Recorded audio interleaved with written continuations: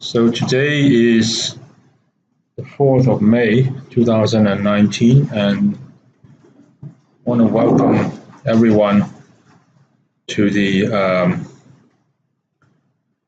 credit risk and credit as an asset class tutorial. So we are,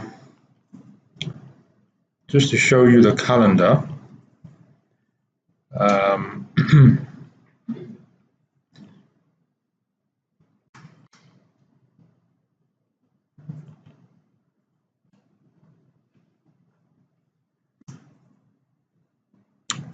so I call this week 7, and if you look at the timetable, you can kind of understand why. We are so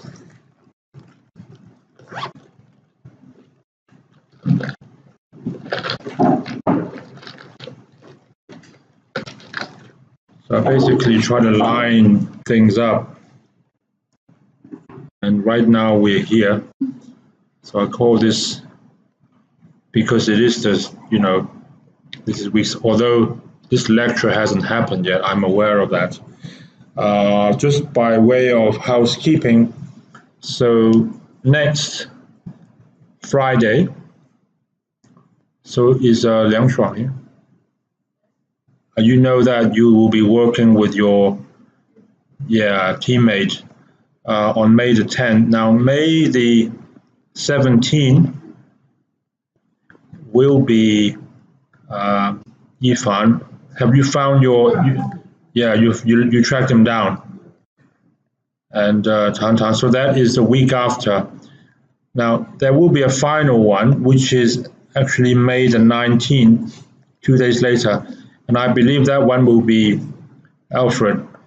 You're going to be so are you going to be okay with it? I put you the last because if you're doing it on your own, I should give you a little bit more time. Okay, so May the 19th, you're going to be okay with that? All right, so that is actually a Sunday. So just to let you know, we have a makeup class later in the month, which will be on Sunday morning, 19th of May. I think Ryan wants to start at 9, as I recall, but I will send you invitations later on. So from 9 to 12 of May the 19th,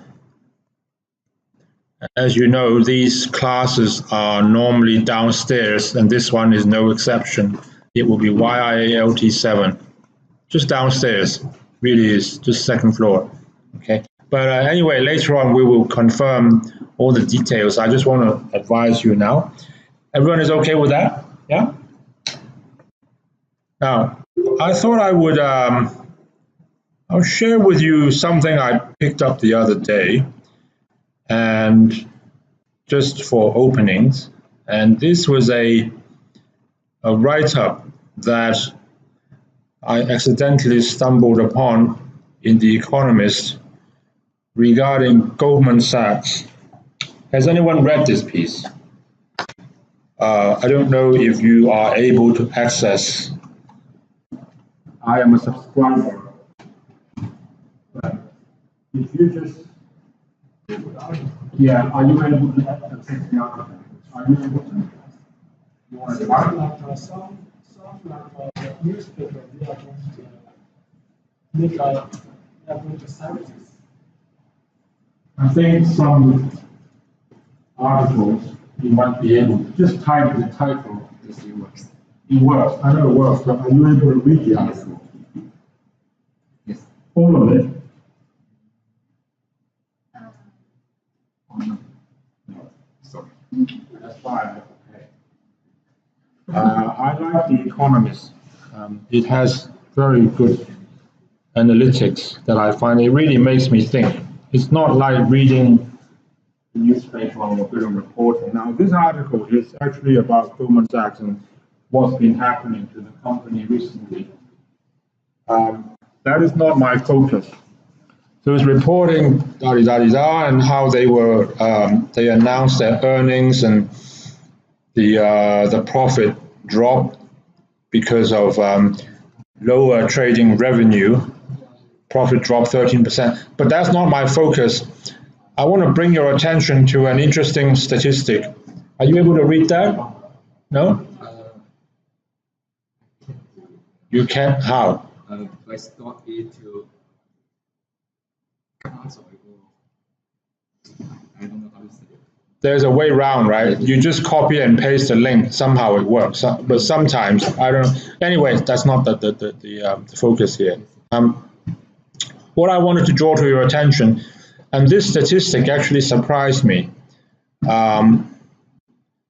According to Michael Spillane of Accenture is a consulting firm like McKinsey. Listen to this. 90% of the economic profit made in the capital markets industry is now earned on the buy side. Did you know that? Now, I'm not asking you to accept that. Just keep an open mind.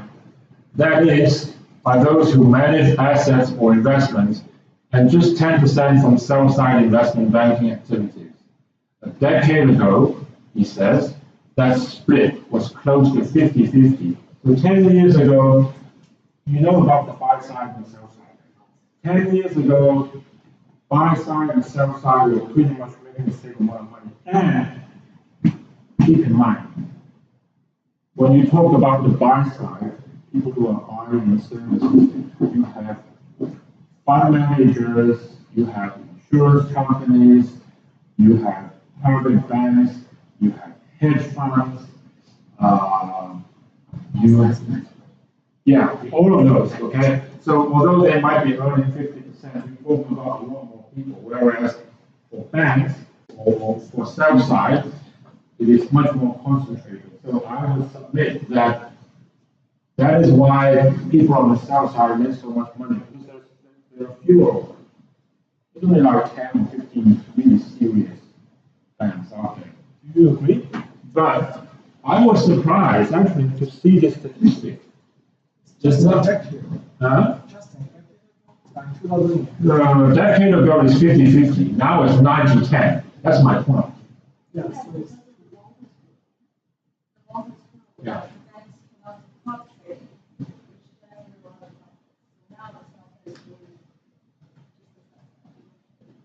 That's right.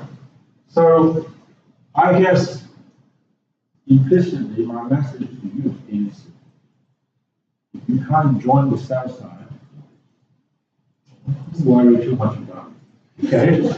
Because now you don't have to, I don't know where this guy got the numbers from. Check it out. It might be in the public domain. Even if you can't get the most up-to-date report, maybe it does it every 2 years or something, you can check the report 2 years ago. That's one. More likely you'd find it somewhere on the internet. But you get my point, right? I don't know how, what is his methodology, but the trend is unmistakable. Okay? So joining the buy side, you might just be as happy. What's this? Return on equity. Well, that's an interesting one. So I guess the American banks are relatively wealthier compared to their European counterparts. This is return on equity roughly 10 years ago, and where it is now. I mean, it is everyone has improved, and 12% is not bad. I mean, everything is relative. Einstein likes to say. Somebody presented last night about Deutsche Bank, and I'm grateful for that because it kind of. Do you want to hear more about Deutsche Bank? I'll tell you some. I'll tell you stories about Deutsche Bank.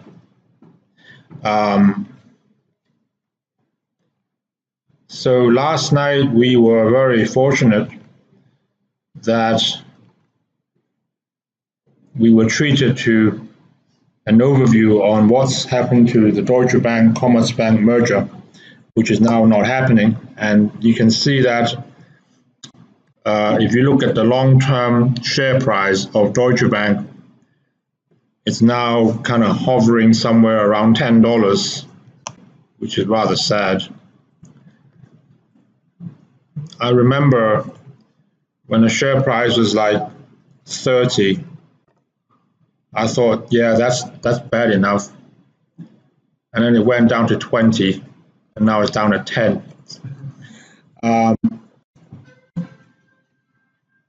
I'll let you get that first. Now, this is like industry, not gossip, but industry observation. So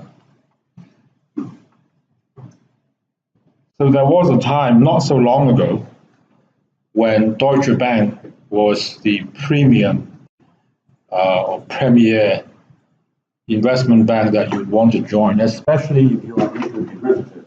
And I haven't worked for Deutsche Bank, but I have some good friends who have. So a good friend of mine who worked for, so he was a colleague of mine before. We worked in the same bank, and then he worked for Deutsche Bank. He worked for UBS. He worked for Lehman Brothers, all in the derivative. Now, this is a kind of dream CV that you might want to have. And now, this was some years ago now, so going back close to a decade. And I would talk to him, and I'd say, Roger, you work for all these banks. I asked him this question 10 years ago. So which one would you consider to have the most advanced derivative technology? The best, the most funky products, and the most exotic portfolio of all kinds of derivative transactions that you can imagine and some that you cannot. And without even thinking, he would say Deutsche Bank had, those guys were really switched on and seriously connected. And they were very, very good with their derivatives. So what the hell happened? Well, I can make a guess as to what happened. So they are kind of a victim of their own success, if you like. So you all know how, return on equity. Now, what is return on equity? It's return over equity.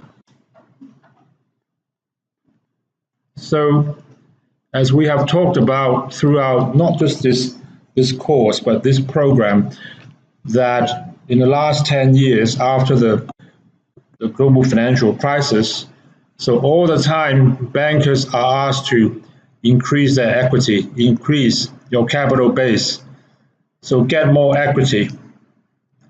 So get more and more equity, have more and more, especially, tier one. So your equity goes up and the return goes down. The return goes down because a lot of the things that banks were able to do before, now either they're not allowed. You mentioned the proprietary trading. Not that they're not allowed, but the risks are so high, the costs and the regulatory hurdles are prohibitive. So the returns are down, and it is especially damaging for a bank like Deutsche Bank, because a lot of the things they were so good at in the derivatives domain, now they find they can't do it. They're not allowed to, or the capital cost is too high. So you've got the denominator going up, you want to return coming down. No wonder they suffer like this. You get my point? Yeah. But there was a time they really were the benchmark that people would measure against, and who knows? Don't write them off. They can make a comeback. The technology is all there still. It's a bit like this. Is any one of you here a martial arts expert?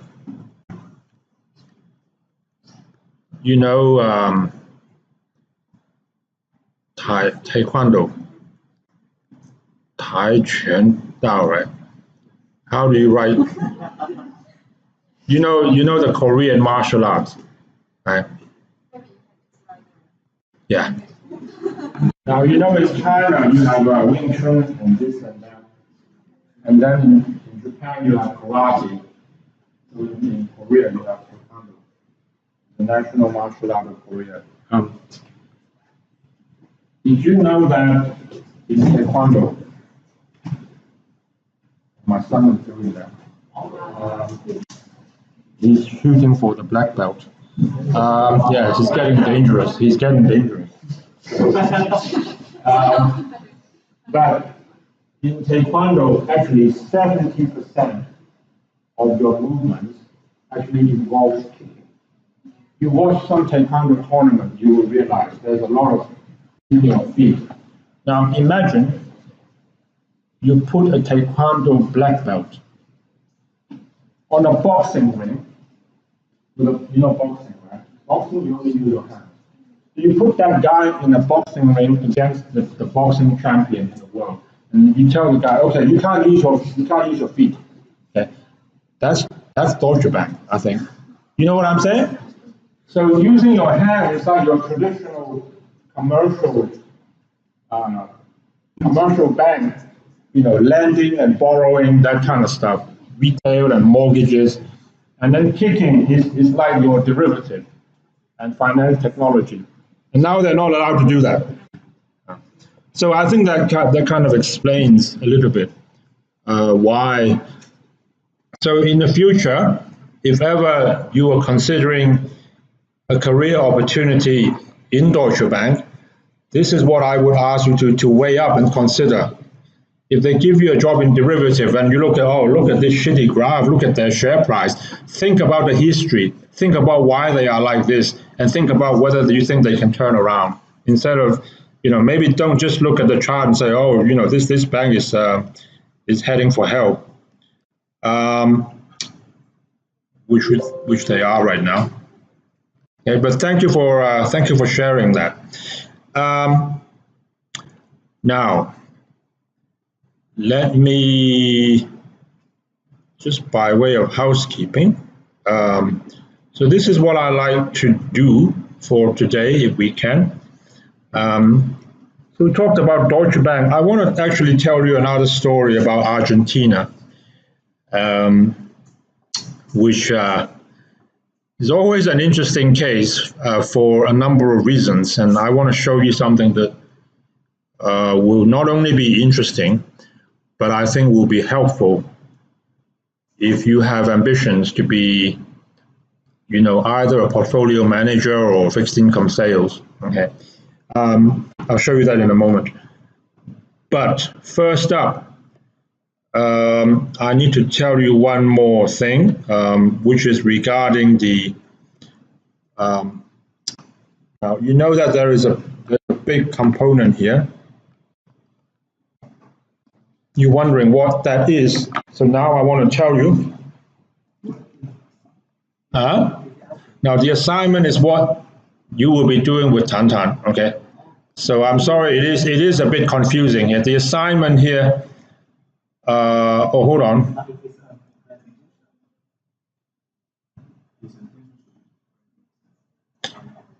Okay, no, I think this table may be,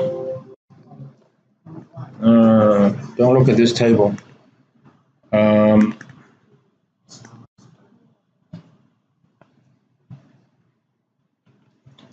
Yeah, don't call an assignment, right? Look at this table instead. This one.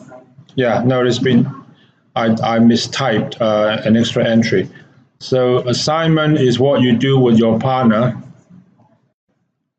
Presentation is just, it could be the other way around, doesn't matter, it's still 2020. So quiz is what you do at the end of every class. It's just an alternate way of taking a roll call for your attendance. Now, so this is the things that you are doing either in pairs or on your own. What is this other thing? So now I want to tell you, and what we would like you to do is some kind of business proposal regarding the development of the credit business in China. Now, there should be a lot you can write about. And how much is it? Or it's 20%. When is it due? It will be 3 weeks from today. Now, what we're going to do is, what you want to do is just produce something you can present. But there are other things. I think last year someone actually even put in a little video. It's really up to you. Okay? But clearly we want to see what research you've done and what material you've come up with. We just need you guys to be in teams of 4, and then you will do a 15-minute talk, group talk, on May the 25th, which is, yeah, that is a tutorial, correct, which is 3 weeks from today. Now, we might actually start early on that day because we have 5 teams. So 5 times 15 is 75. Now, I know we have 90 minutes every tutorial, but believe me, we are never able to finish on time. So I might start a bit earlier on that day, and there is going to be a peer review. Okay, so I'll tell you more about that. But so on May the 25th,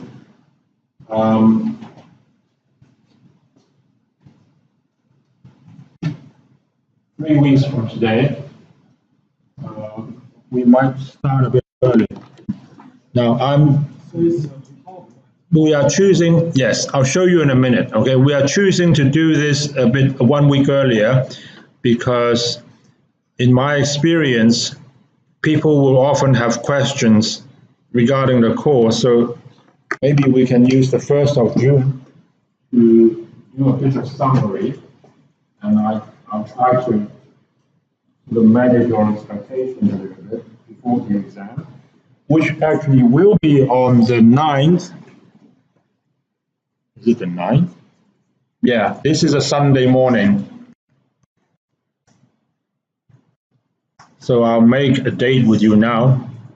This will be Sunday. The 9th of June is a Sunday. Okay. But anyway, regarding the final presentation, so what is it that you have to do? Look, if you have to come up and deliver a talk for 15 minutes amongst 4 people, so that means you have to come up with, on average, enough material for you to talk for 3 to 4 minutes, which will be what? Half a dozen slides. Now, what is the topic? What is it that we would like you to do? I have already put that on Blackboard, but I think maybe you can't see it yet. Yeah. Now, this is the topic. It's Ryan's favorite topic, and he's going to have a look at that as well. Do you see this in Blackboard? No, when you go home tonight or tomorrow morning, you will see it, okay? So, you just spend a quick minute reading, because the topic is right there. Okay? So we just need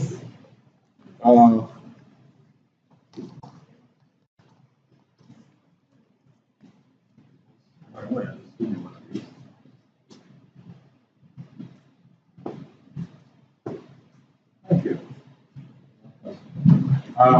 What is it? Background. Assuming you are in charge of the credit department, so assuming you are Ryan, and he is in charge of the credit department of an international investment bank, he is, which has both China onshore as well as offshore presence. You are asked to present a business presentation on the China cross-border credit business. Yeah, cross-border.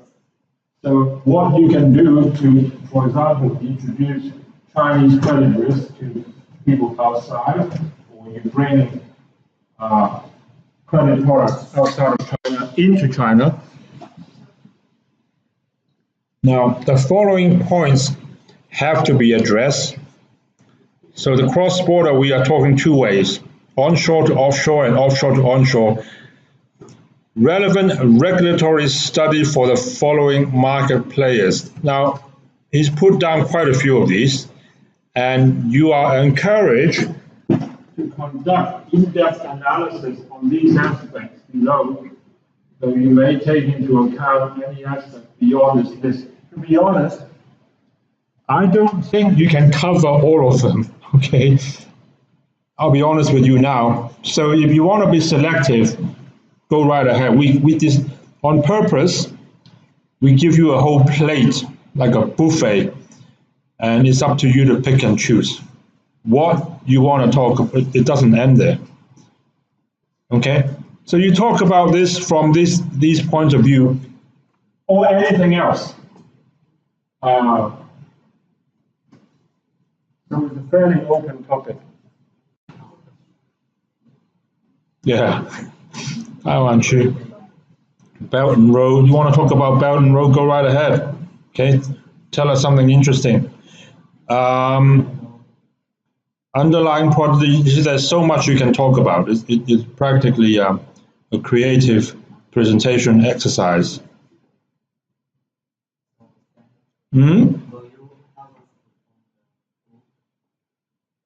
I think of everything, right?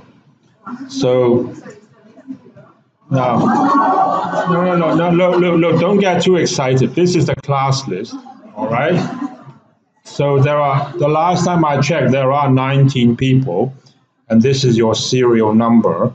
And I have actually allocated. Now, how I did it, I assure you, I don't even know who is who, but I use a function called random.org, and I generated 5 teams. All right, you know I'm very open and transparent. Team 1, 2, 3, 4. Now, I'm sorry, one of the team has 3 people, but we'll take that into account that you had more work to share. And so you just work with these, okay? So team A, B, C, D, these numbers are based on these numbers going vertically. You can see that, can't you?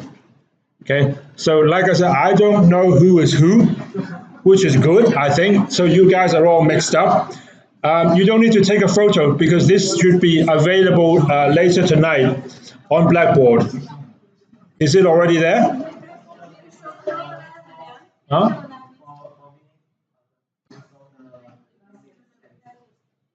Guys, you don't need to take a picture, okay? Later on, you will have this document, as I said. Huh? Oh, you know your serial number. All right, why don't you then take a... that's better, isn't it? Yeah? All right, okay. Okay, do that. Now, I want to say one more thing. I discussed this with Ryan and also other teachers in other courses, and we think that by now you've been there for almost the entire program. You guys, you know each other very well, and we very seldom have sort of free riding problems, but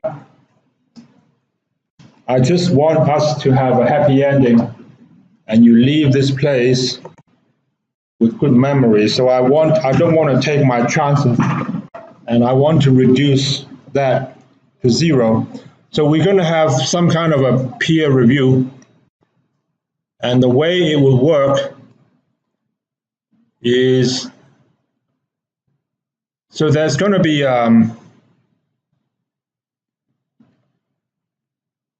so you will have 2 scores, okay? So first there's a raw score for the report itself, for the presentation. That is for everybody. And then we're going to ask your teammates to give you a score. So maybe 5 is truly outstanding. So 4 maybe above average, 3 is okay, 2 is a little bit below par, and 1 is not good. Then something like that. So if you get 5 out of 5, so this will convert to a 1, and this will be 0.9, 0.8, 0.7, 0.6. Now, so we take an average of your peer evaluation. It will be confidential, by the way, so only Ryan and I will know. And then we multiply one of these numbers to the raw score. So if your raw score was, let's say you got 18 out of 20, and everybody thought you did good, and you get a 1, then you will get 18. Now, are you with me there? You understand?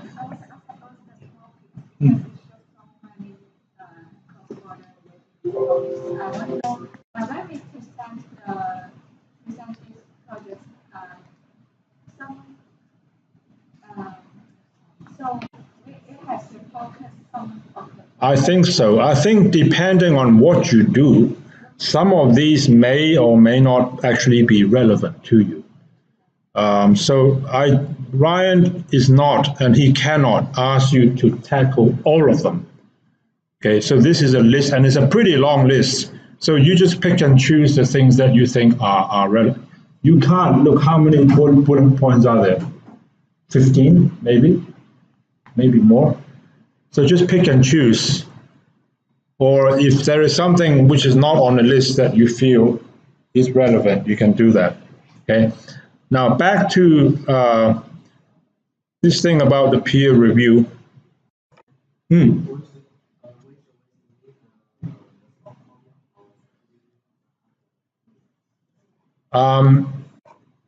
The soft copy will be, here. So I want to give you the maximum amount of time. So this will be just before Ryan starts his lecture on Friday, May 24. Okay, so that's the maximum. If I give you until end of Friday, I know you will all be doing it during the lecture. Okay. Now back to the peer review. Let me say 2 things. So number 1, don't worry about it, but I actually want you guys to be generous to each other, and feel free to give somebody, a 5, unless you really have some issues. Okay, so I guess the spirit here is not to be mean to somebody, unless, and if only one person gives you a poor score, it's not really going to be, it's not going to have a lot of impact. But if everyone does that, then there might be something going on, and that's what we want to try to avoid. Okay, this I think is probably one of the best ways I've seen. So when everybody is working in harmony, give everyone a 5. Why not? Okay, if everyone is happy with everyone else, do that. Okay, I encourage you to do so. All right, so this is not a kind of, I'm getting my revenge kind of exercise. No, it isn't. Okay, it's just there as a safeguard. Okay, everyone is okay with that? Yeah.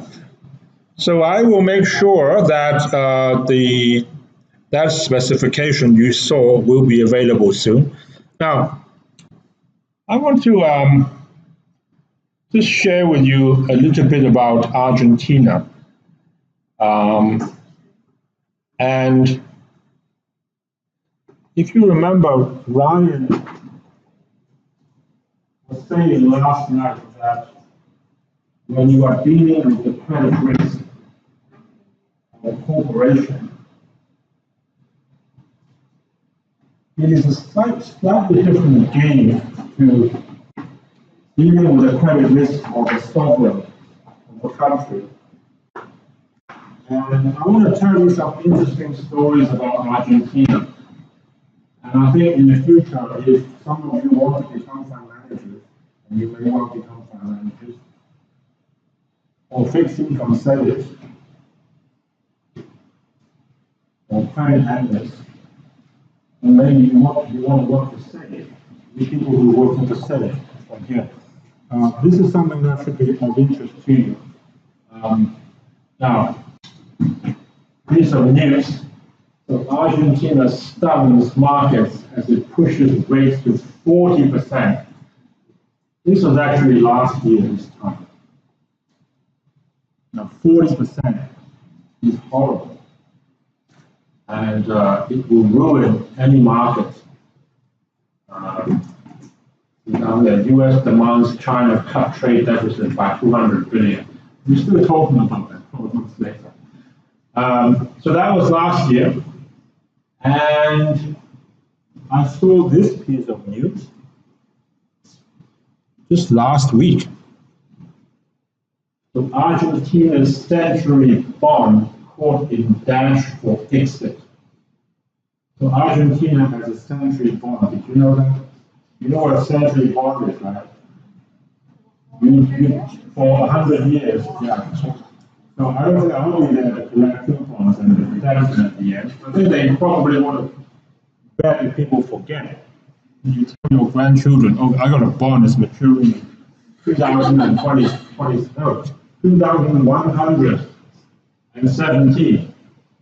2117.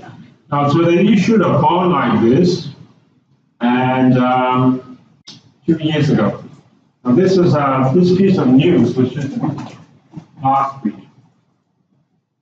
So this country seems to be in trouble all the time, and I'll just go back and tell you a little bit interesting history about Argentina. I want to share with you my thoughts on that. It made me think about this a lot more than. All right, I told you earlier that if you are running a fixed income portfolio, but your bonds are not corporate bonds, but let's say emerging market sovereign bonds, I said the risks are different. You know, how different? Now, this is an interesting case. So Argentina actually defaulted around the turn of the millennium. So they're fairly well known for being what we call a serial defaulter, not a serial killer. Okay. So they just keep defaulting regularly. So they defaulted actually in 2001, and they couldn't pay their coupons. They couldn't pay their principals. Is any one of you doing fixed income here? Did they talk about this story? No. Would you like to hear it? I'm telling you anyway. So now, what does restructuring mean? So first of all, they defaulted. So if you had credit default swap contracts, you would get some kind of payout. But a restructuring means normally, if you had a bond which was 10 years and it's maturing here, you can't pay it back. All right, we restructure it and we make it a 20-year bond. So for the time being, it becomes a different bond. In credit derivative world, that constitutes what we call a credit event, which is similar to a default, and then you get a payout. But anyway, so they were going to restructure some of the bonds, that international bonds in US dollars that they couldn't pay, and 76% of bondholders said yes, but there were some other ones who disagreed, so they didn't want that. And then they tried again 5 years later for a second restructure. Now, by this time, 93% of bondholders were okay with that. So the restructure probably expanded the maturity and maybe increased the coupon. But as long as you don't ask them to pay back the par value, it gives them a little bit of breathing space. Sometimes that's all you need. But 7% of the bondholders disagreed. And not only that, those 7% bondholders took Argentina to court. Now, who were these 7% bondholders? They're sometimes called holdouts. Some people even call them voucher funds. You know what a voucher is? Huh? Icon. This guy. Now, you know what a voucher is, right?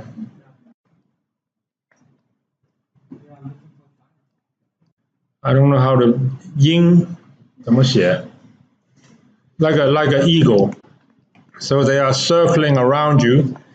If you're walking in a desert and you are running out of water and you feel like you're thinking to collapse, when you see eagles up in the sky, it's not a good sign because they're going to come and have a party on you. But anyway, so these funds actually bought Argentina bonds after they went into default. So they probably bought them very cheap. Let's say, 40 cents in a dollar or something. So maybe they pay 40. Now, why did they do that? Do you think?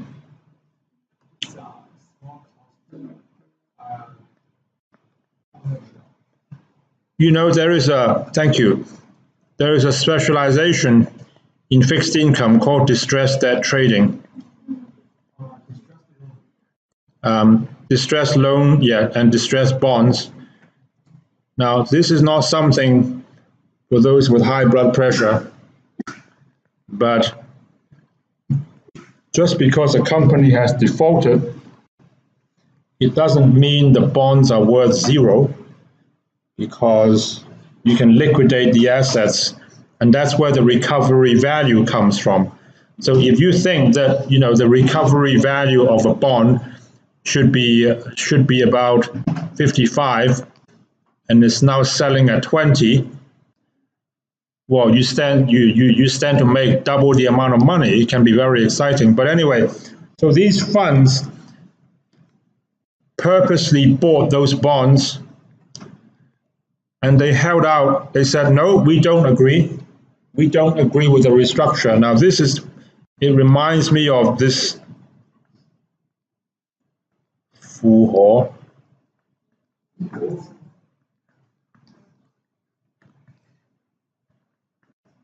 So you know what I mean, right? You are so rich you can take on a country, and in this case they did. So the hedge funds took Argentina to court and said, no, we don't agree with your restructuring, which means we can't restructure. So that was 2012. And then actually Argentina lost. Of course, there was a court in New York. Because these were American bonds, so they were probably issued under New York law. I guess if you have faith, you would say that it was a fair trial, even though it was in an American court. But who knows? So the ruling was that Argentina was not able to pay interest or principal to the restructured bonds. They are not allowed to do it unless they pay the holdouts in full. Yeah. Well. Yeah. So the holdout get a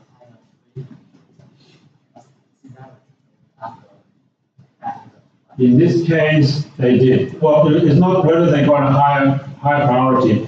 So there were 100% of bondholders who suffered from a default, but 93% of them agreed to accept the restructuring proposal. So they would say, okay, give me back the old bond, I'll give you a new one. But the other 7% refused. They said, I don't want that. I want my money back. So whatever they paid, I don't know what they paid, $20, $55, whatever. They said, give me back 100. So they sued Argentina for that. And I think when they actually went in and bought those bonds in distress, they were planning to do that. Okay? So they won. And so the dilemma is, are you going to pay out the 7% of the holdouts or not? And in the end, I think they came to a kind of negotiated settlement. So the holdouts, they were paid. They were paid. I don't want to bore you with the details. But guess what? In 2014, they defaulted again. This time on the restructured bonds. So now they've paid the holdouts, the voucher funds. So now they can live with the restructured bonds, and then they defaulted with the restructured bonds. You keep defaulting because Argentina's currency devalued too much against the US dollar. Now, okay, never mind. Next time I shouldn't stop it. Now, anyway, that is just storytelling. I think some of you are still a little bit puzzled on this, and let me try to clarify. Now, if you are a credit investor, so you are a client, one thing that you can do, if you are trading with a bank, let's just say JP Morgan, you actually can sell them, so you offer them what's called credit protection. I put that in blue because you don't actually give them anything except you sign your name on a contract saying that if ever there is a credit event, I will either pay par and take a bond if it's physical delivery, or I will take the damage if it's cash settled. So apart from that, nothing else happens, but they will pay you X number of basis points regularly. If it's a 5-year contract, they will pay you for 5 years. And if within those 5 years nothing happens, the Russian entity, you get to keep that. Is everyone okay with that? So by now you're okay with it. And Ryan has so many slides. Now, this is a CDS. The only difference, can I actually copy this? Oh, I can. Now I'm going to copy that and replicate it down here. So now you can see that the only difference between a CDS and a CLN is on top of this, you actually give them some money at the start. So let's say you give them $100. Now, what are they going to do with that? Again, as usual, they will give it to the money market desk, Morgan, short-term money market desk. So they will actually pass on this money. This is how, structured notes are funded. And then this desk will probably give them dollar LIBOR, in which case you're going to give the LIBOR back to them. So instead of just paying X, you end up paying LIBOR plus X. That's it. That's it, okay? It is a little bit like asking, what is the difference between beef, pate, is that how you spell pate? And a hamburger. You know what beef pate is, right? This is the stuff you put inside a hamburger. Or P-A-T-T-Y. Okay? So what is the, okay, this. What is the difference between that and a hamburger? There is no difference. It's just what you put inside the bread. So you could say, although it's not really it's not a good example, but the CDS is the beef. And then when someone pays you the money and you just return them back LIBOR plus X, that LIBOR is just it's just something to decorate. And of course, in the end, you are supposed to pay them back the $100. But otherwise, a CLN is just a CDS but embedded inside a note. Is everyone okay with that? Hopefully, yes, yes. If no default, yes. Are you okay?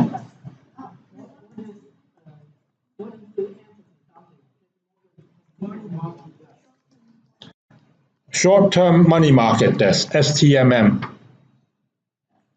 Now, notice I haven't said what the credit protection is.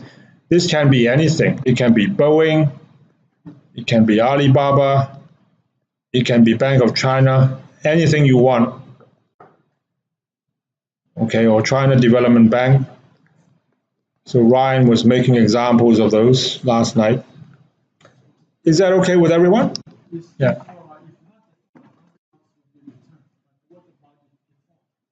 If there is a default, they will not pay back. Yes, they will not pay back.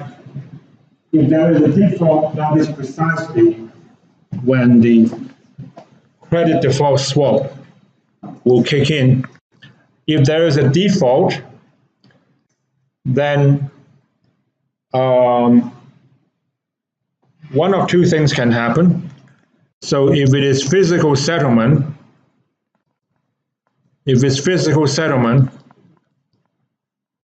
then the investor will simply get a bond. Investor gets the bond. A bond, not the bond, a bond from the underlying. Now, if it is cash settlement, then you go through that what's called a CDS auction process, when a bunch of guys just get in a room and they determine what should be the recovery value.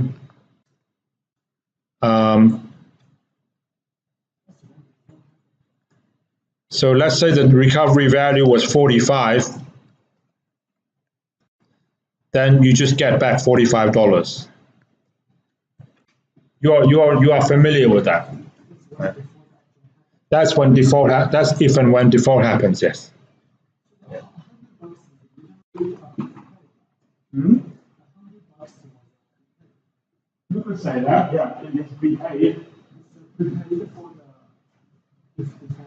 It is prepaid if default happens. Now, as you know by now, it is a hell of a lot better for people to prepay you. Money's already in my pocket, instead of having to pick up the phone and ask for it, which is why somebody like Ryan would much prefer to do CLNs compared to CDS. Yeah, sure. Please ask all the questions that you want. It's better than me guessing what you know and what you don't know. Yeah, go ahead. Yeah. You can still ask the bank to construct certain risk level just like you mentioned the e-cashing example. I think how to define that bond will your bond default if that bond didn't even exist.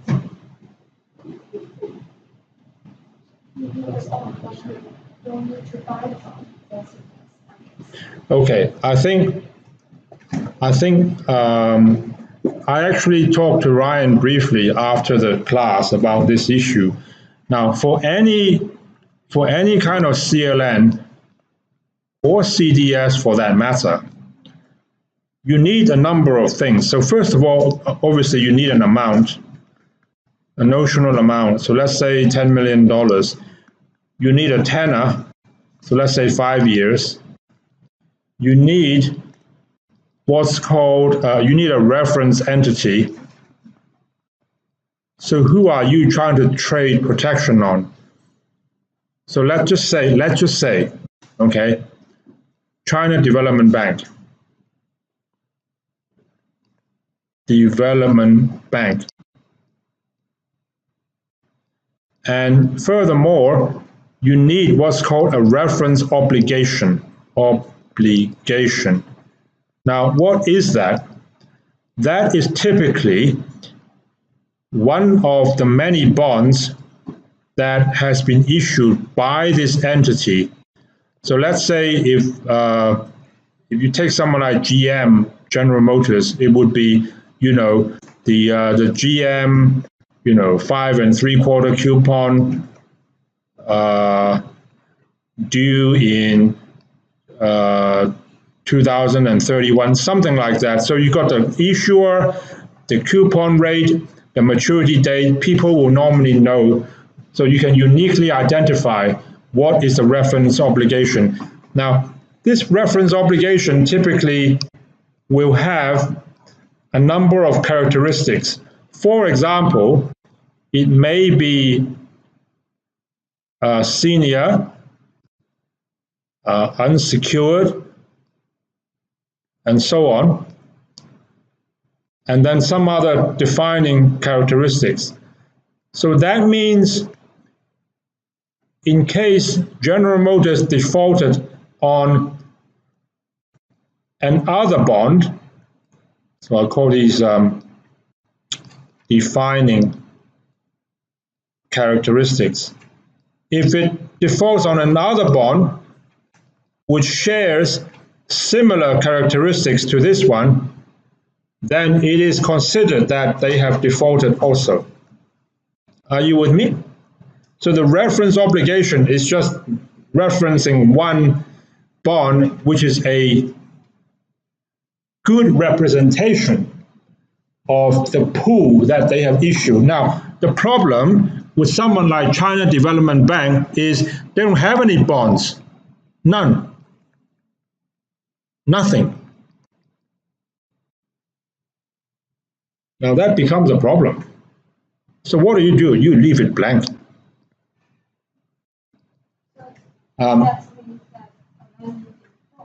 Yeah.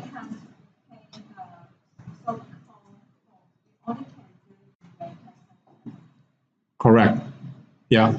Because there are no bonds out there. Now, I asked Ryan, I said, doesn't that bother you? It looks like, if you're a lawyer, it's going to be a mess how you actually draft up the settlement process in case there is a credit event. And he said, I think this can really only happen to somebody like China Development Bank because investors are quite comfortable with this name. No, comfortable is not the right word. They like it so much because they just cannot imagine CDB defaulting. So they are happy to live with this kind of legal uncertainty because in the end, this is investor psychology, whether you agree with it or not. In the end, people think they are taking sovereign risk, sovereign China risk. I think that in the end is so it's almost like investors are getting sponsored by yes.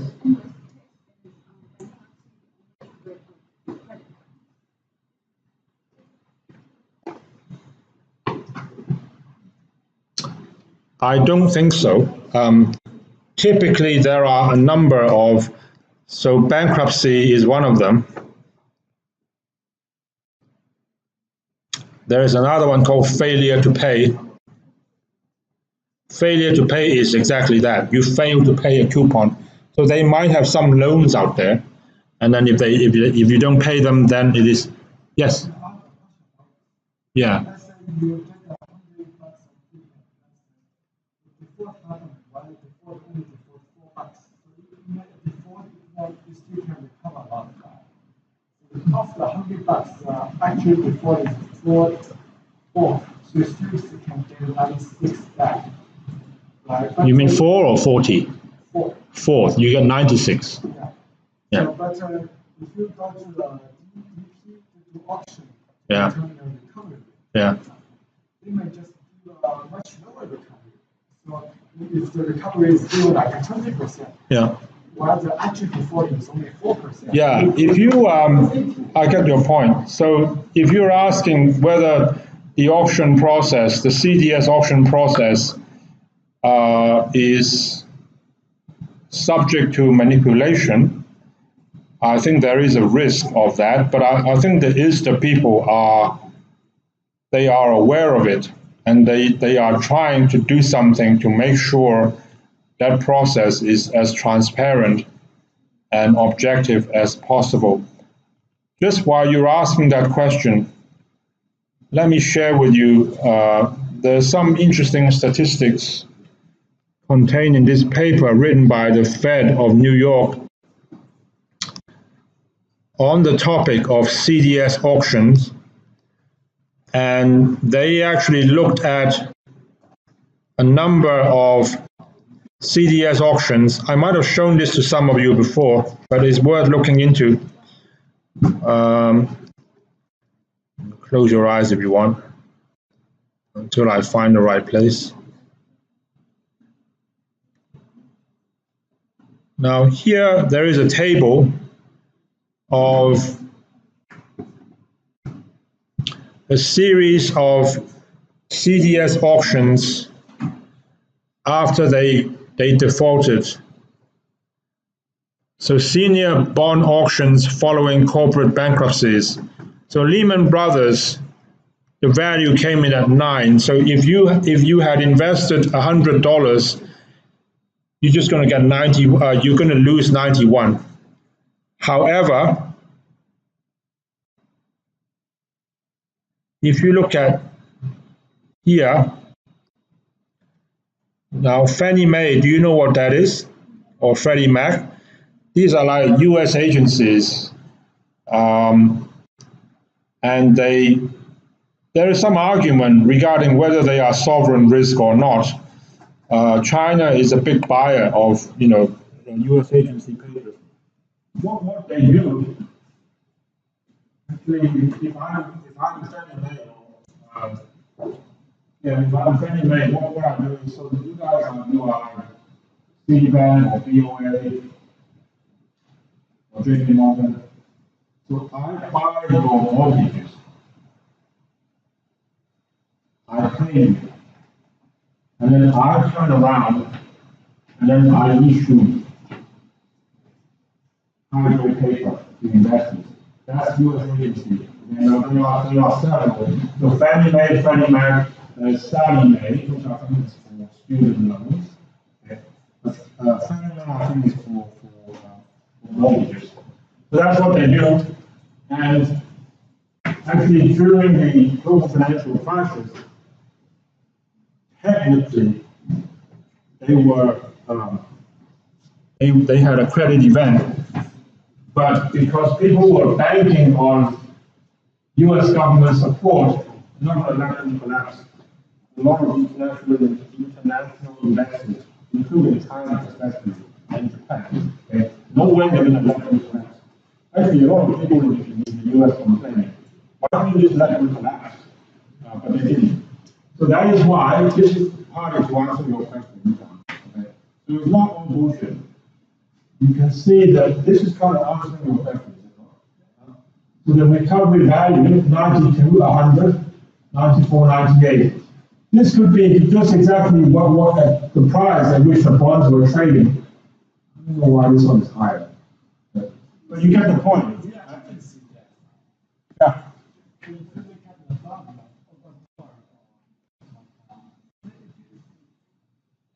Yeah. Well, what I'm trying to get across to you is I'm not actually looking at who it is. I am just saying that sometimes the bond option can give you a very high value. That's because you're quoting to me the example. What if the recovery value was 96? Well, here you have something close to 96. And that is actually reflected properly. Okay?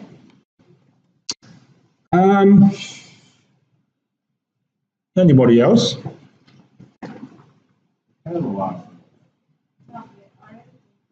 Yeah. Anything else?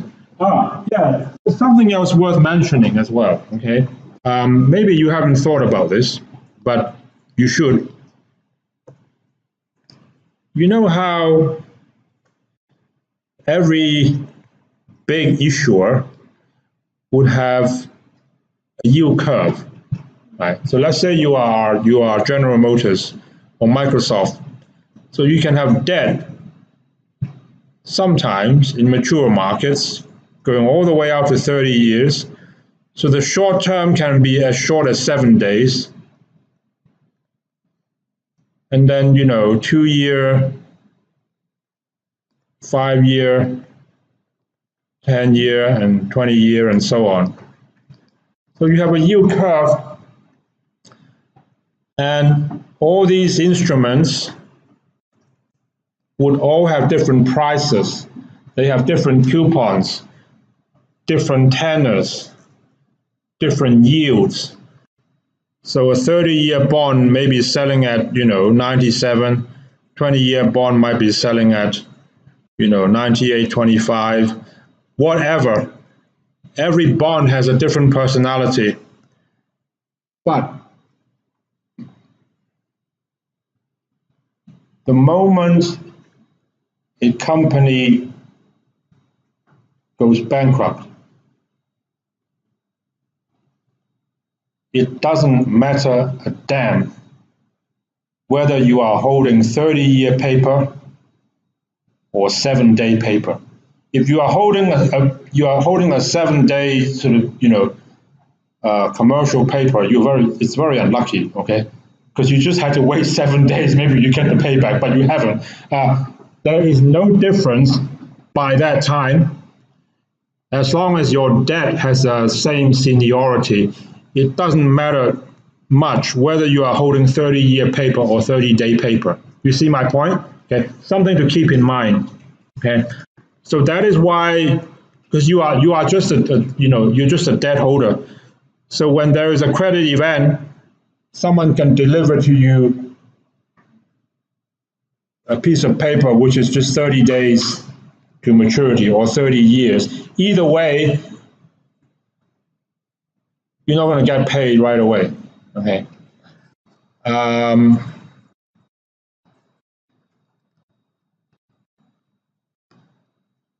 There was something else I wanted to say. Oh yeah, something that is actually quite funny, in a way. I don't know if you remember what Ryan was saying. This is something I have seen. So you are the client, and I am JP Morgan,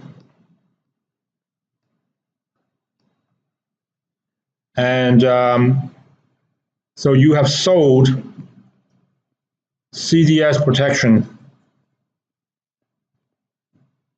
Unfortunately, you sold protection on Lehman Brothers, let's say, and it is physical delivery. Are you still with me? So physical delivery. So that means if I am JP Morgan, now if I don't have these bonds, if I don't have them, I actually have to go to the so-called distressed debt market, which is just a subsection of the bond market, I have to try to find these bonds. Okay, maybe I paid, well, $9 was the auction price. That's what they thought, $9 to get these bonds. Now, defaulted. You know what's funny?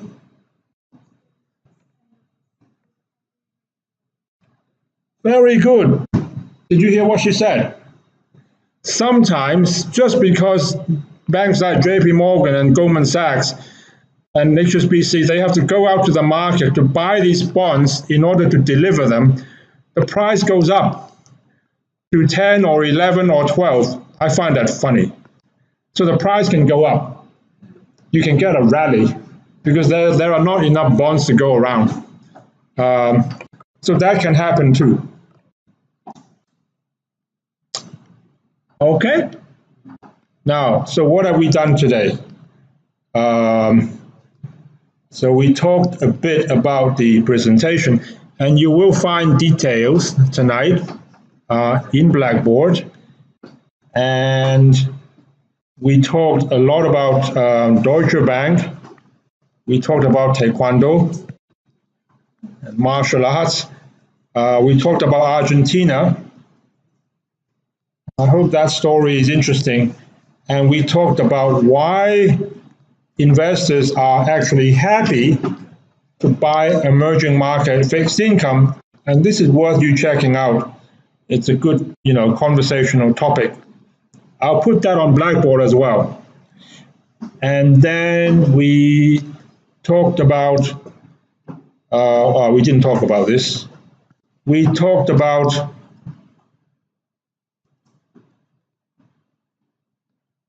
CDS versus CLN, and we talked about